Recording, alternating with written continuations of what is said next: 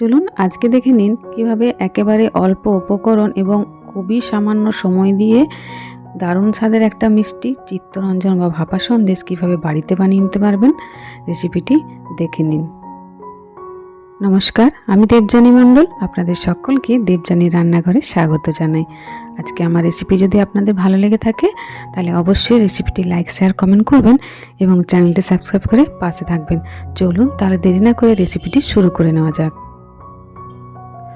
ভাপা সন্দেশটা বানিয়ে নেওয়ার জন্য এখানে নিয়ে নিয়েছি ছানাটা বানিয়ে নেওয়ার পর প্রায় আধ ঘন্টার জন্য আমি কটনের কাপড়ের মধ্যে মুড়ে রেখেছিলাম।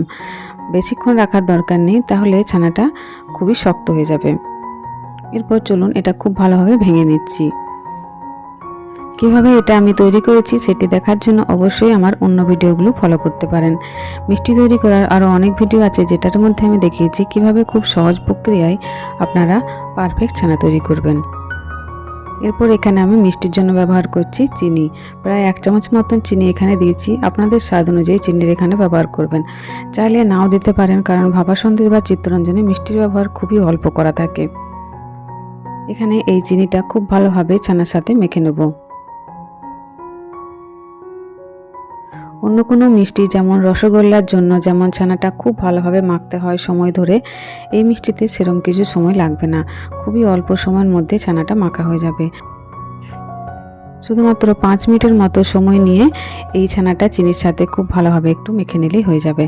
খুব বেশি সময় এটা প্রয়োজন লাগবে না। বাস দেখুন খুব ভালোভাবে এটা মাখা হয়ে গেছে। এরকমভাবে ছানাটা মেখে নিতে হবে, খুব বেশি যেন একেবারে মিহি না হয়। খুব বেশি ঘষে ঘষে ছানাটা মাখবেন না, তাহলে এই মিষ্টির জন্য যে টেক্সচারটা প্রয়োজন সেটা পাবেন না। এরকম একটা টেক্সচারের জন্য খুবই হালকা হাত দিয়ে এই ছানাটা মেখে নেবেন। এরপর চলুন চলে যাচ্ছি বাকি প্রসেসে। এরপর এটা বানিয়ে নেওয়ার জন্য একটা আমি টিফিন কৌটো নিয়ে নিয়েছি এবং এর মধ্যে সমস্ত ছানাটা দিয়ে দেব। সমস্ত ছানাটা দিয়ে দেওয়ার পর এবার হাত দিয়ে খুব ভালোভাবে এটা প্রেস করে নেব, যাতে খুব ভালোভাবে এটা চারিদিকটা সেট হয়ে যায়। দেখতে পাচ্ছেন হাত দিয়ে খুব ভালোভাবে এটা সেট করে নিয়েছি। এবার বাকি প্রসেসটা আমি করছি একটা স্পুনের সাহায্যে। চারিদিকটা ভালোভাবে প্লেন করে দিচ্ছি, যাতে কোথাও উঁচু নিচু হয়ে না থাকে। ছানাটা খুব ভালোভাবে সেট করে দিয়েছি। চলুন এবার চলে যায় বাকি প্রসেসে। এখানে দেখুন আগে থেকে জল গরম করে নিয়েছি। এরপর এখানে দিয়ে আমি টিফিন কৌটোটা বসিয়ে দেবো। এখানে কোনো রকম স্ট্যান্ডের ব্যবহার করছি না, ডাইরেক্ট আমি কড়াইয়ের মধ্যেই টিফিন কৌটোটা বসিয়ে দিচ্ছি এবং ওপর থেকে ওই টিফিন কৌটোর ঢাকাটাই এর মধ্যে লাগিয়ে দিচ্ছি। এইভাবে ঢাকা দিয়ে প্রায় 15 মিনিটের মতন এটা হতে দেবো। মিনিট 15 হয়ে গেছে। এরপর চলুন ঢাকাটা খুলে নিই। দেখুন খুব সুন্দরভাবে আমাদের চিত্তরঞ্জন বা ভাপা সন্দেশ একেবারে তৈরি হয়ে গেছে। এরপর আমি গ্যাসের ফ্লেমটা অফ করে এই ঢাকাটা দিয়ে এই কড়াইয়ের মধ্যেই রেখে দেবো আরও 15 মিনিটের জন্য। চলুন এবার 15 মিনিট পর ঢাকাটা খুলে নিচ্ছি। এবার দেখুন মিষ্টিটা আমাদের একেবারে রেডি হয়ে গেছে। তাহলে বুঝতেই পারলেন কত সহজভাবে এবং কম উপকরণ দিয়ে এই ভাপা সন্দেশ তৈরি করে নেওয়া যায়। চলুন এবার কড়াই থেকে এটা নামিয়ে নেওয়া যাক। এটা আমি কড়াই থেকে নামিয়ে নিলাম। তবে এই মুহূর্তে এটা আমি কাটবো না, কারণ এটা আমি ফ্রিজে প্রায় 1-1.5 ঘন্টার জন্য সেট হতে দেব। তারপর এটা আমি আপনাদেরকে কেটে দেখাবো। টিফিন কৌটোটা লাগিয়ে এরপর আমি এখানে রেখে দিচ্ছি 1 ঘন্টার জন্য ফ্রিজে। দেখুন 1 থেকে 1.5 ঘন্টা পর ফ্রিজ থেকে বের করে নিলাম। এরপর আমি এটা আপনাদেরকে খুলে দেখাচ্ছি। খুব সুন্দরভাবে মিষ্টিটা সেট হয়ে গেছে। এবার চলুন এটা কেটে নেওয়া যাক।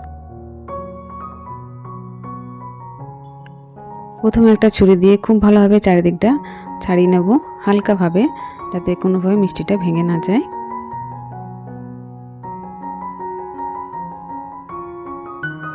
এবার চলুন মিষ্টিটা নির্দিষ্ট শেপে কেটে নিই। যদিও আমার শেপগুলো খুবই ছোট ছোট হয়ে গেছে, আপনারা আপনাদের আন্দাজ মতন ভালোভাবে মিষ্টির শেপটা তৈরি করবেন। মিষ্টিটা কেটে নেওয়ার পর চলুন আমি আপনাদেরকে দেখাচ্ছি কি সুন্দরভাবে এই ভাপা সন্দেশ খুবই কম উপকরণ এবং অল্প সময়ের মধ্যে তৈরি করে নেওয়া যায়। দেখুন তাহলে কতটা পারফেক্টভাবে তৈরি হয়ে গেল আজকের এই ভাপা সন্দেশ বা চিত্তরঞ্জন। এইভাবে এই প্রক্রিয়াতে মিষ্টির দোকানে এই মিষ্টিটা তৈরি করে থাকে। তাহলে আপনারাও বাড়িতে যখনই ইচ্ছে হবে এই কম উপকরণ এবং অল্প সময়ের মধ্যে বানানো এই চিত্তরঞ্জন বা ভাপা সন্দেশ বাড়িতেই বানিয়ে নিতে পারবেন। কোনো রকম অতিরিক্ত ঝামেলা নেই, খুবই সামান্য উপকরণ লাগে, দেখতেই পেলেন। তাহলে আজকে আমার রেসিপি যদি আপনাদের ভালো লেগে থাকে অবশ্যই রেসিপিটি লাইক শেয়ার কমেন্ট করবেন এবং চ্যানেলটি সাবস্ক্রাইব করে পাশে থাকবেন। ভালো থাকবেন, দেখা হচ্ছে পরবর্তী নতুন একটা ভিডিওতে। Bye bye.